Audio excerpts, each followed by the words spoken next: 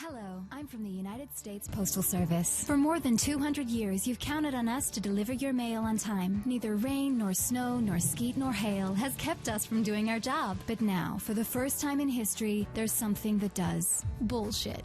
Introducing our new Postmaster General, appointed by the President himself. Does he have experience in running a postal service? Of course not, but he has many years' experience in donating millions of dollars to these guys. That's what makes him perfectly qualified for running the Postal Service. Off a fucking cliff. In just a few weeks, he managed to slow our deliveries down to a trickle, dismantle mail sorting machines across the country, fire and reassign our executives to sow confusion, and abduct mailboxes from your neighborhood. Bullshit. Thankfully, the bullshit was so egregious that it brought the nation together for once, forcing this stooge to back off. For now, bullshit doesn't just hinder the brave workers of the Postal Service, many of whom have given their lives to keep delivering mail during a deadly pandemic. It also makes it harder for you to vote in the coming election, an election in which millions more will use mail-in ballots to avoid standing in line for hours at a polling station during a deadly pandemic. Does mail-in voting favor one party over another? No. In Colorado, where most people voted by mail, Republicans flipped a Senate seat and won a majority in the state Senate. Is it open to fraud? No. As this big sack of shit admitted under oath, there's no evidence for concern about mail-in ballot fraud. Even this coven of corporate edgelords has said so. Again, in states that mostly use mail-in voting, fraud affected only a handful of ballots out of millions cast. You know what does skew the results of an election?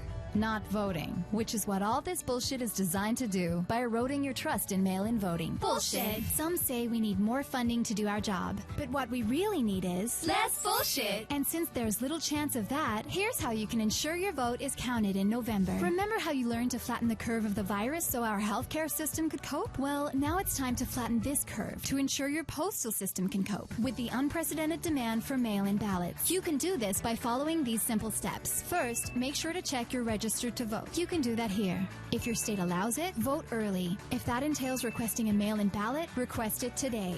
Today. Complete your ballot carefully and mail it off as fast as possible to ensure we can get it in by your state's deadline. Late ballots won't be counted. Some states have drop boxes where you can take your ballot in person. Or fuck it, just go to a rich neighborhood and use a mailbox there.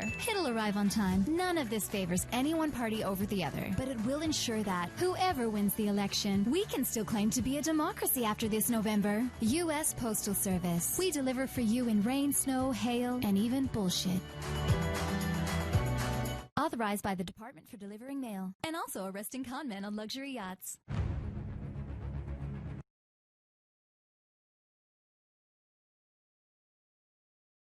Hello, I'm from the Australian government. As we head into the worst economic recession in living history, what the nation needs now is leadership, evidence-based policies, and bold vision. And fucked if we have those. So instead, we've cooked up something else. That's right. While you've been in lockdown, we too have been busy baking. No, not sourdough. Shit fuckery. The kind your grandkids will still be tasting decades from now. Introducing our Disaster Economic Recovery Plan. DERP. Brought to you by the empty ball sack of ideas that is Scott's ministry. DERP will take the money we have for our economic recovery, the one chance we have not to lose a generation to a lifetime of hardship, and throw it in a fucking volcano. Or to put it in lay terms, give it to the gas industry. Gas is what's called a transition fuel. It fuels the transition of dollars from public coffers into the bank accounts of private companies who pay no tax and create shit tons of emissions. Will it create jobs? A volcano would literally employ more people through tourism and provide cheaper heating bills, since the volcano can't be exported overseas, which is exactly what we do with gas and the reason you pay so much for it. Is DERP supported by experts? Yes, the ones we've appointed to our advisory committee, which we've stacked with former gas executives, mining lobbyists, and chinless neoliberal spivs. Oh look, there's even a director of a Saudi oil company in there. Cool and normal. Actual experts are saying that instead of DERP, we should invest in renewables, since our own science agency shows they're performing better than coal and gas. But Angus said, fuck evidence. Let's invest your money in bullshit solutions like carbon capture, which no credible study says will ever work, but which gives his mates a boner because it lets them keep polluting and making the ching-ching. Fantastic, great move. Well done, Angus.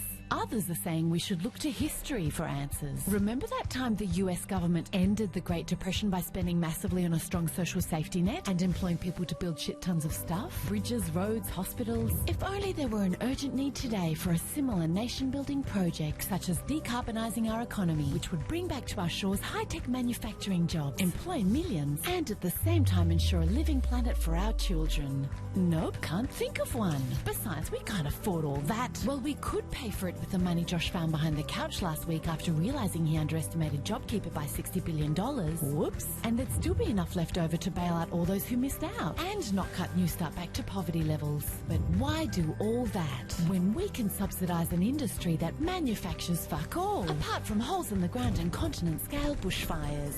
In order to feed you this turd sandwich, we'll be moving things along fast to try and overwhelm you with shit fuckery. Oh look, we just approved a new coal mine while you couldn't protest. Because the last thing we want is for you to have time to realise how important this moment of history is, how consequential our choices are at this crucial juncture, and come together to stop us from wasting it with derp.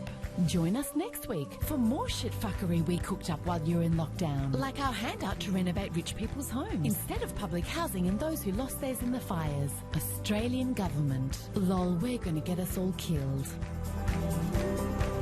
Authorised by the Department for Wasting Historic Opportunities.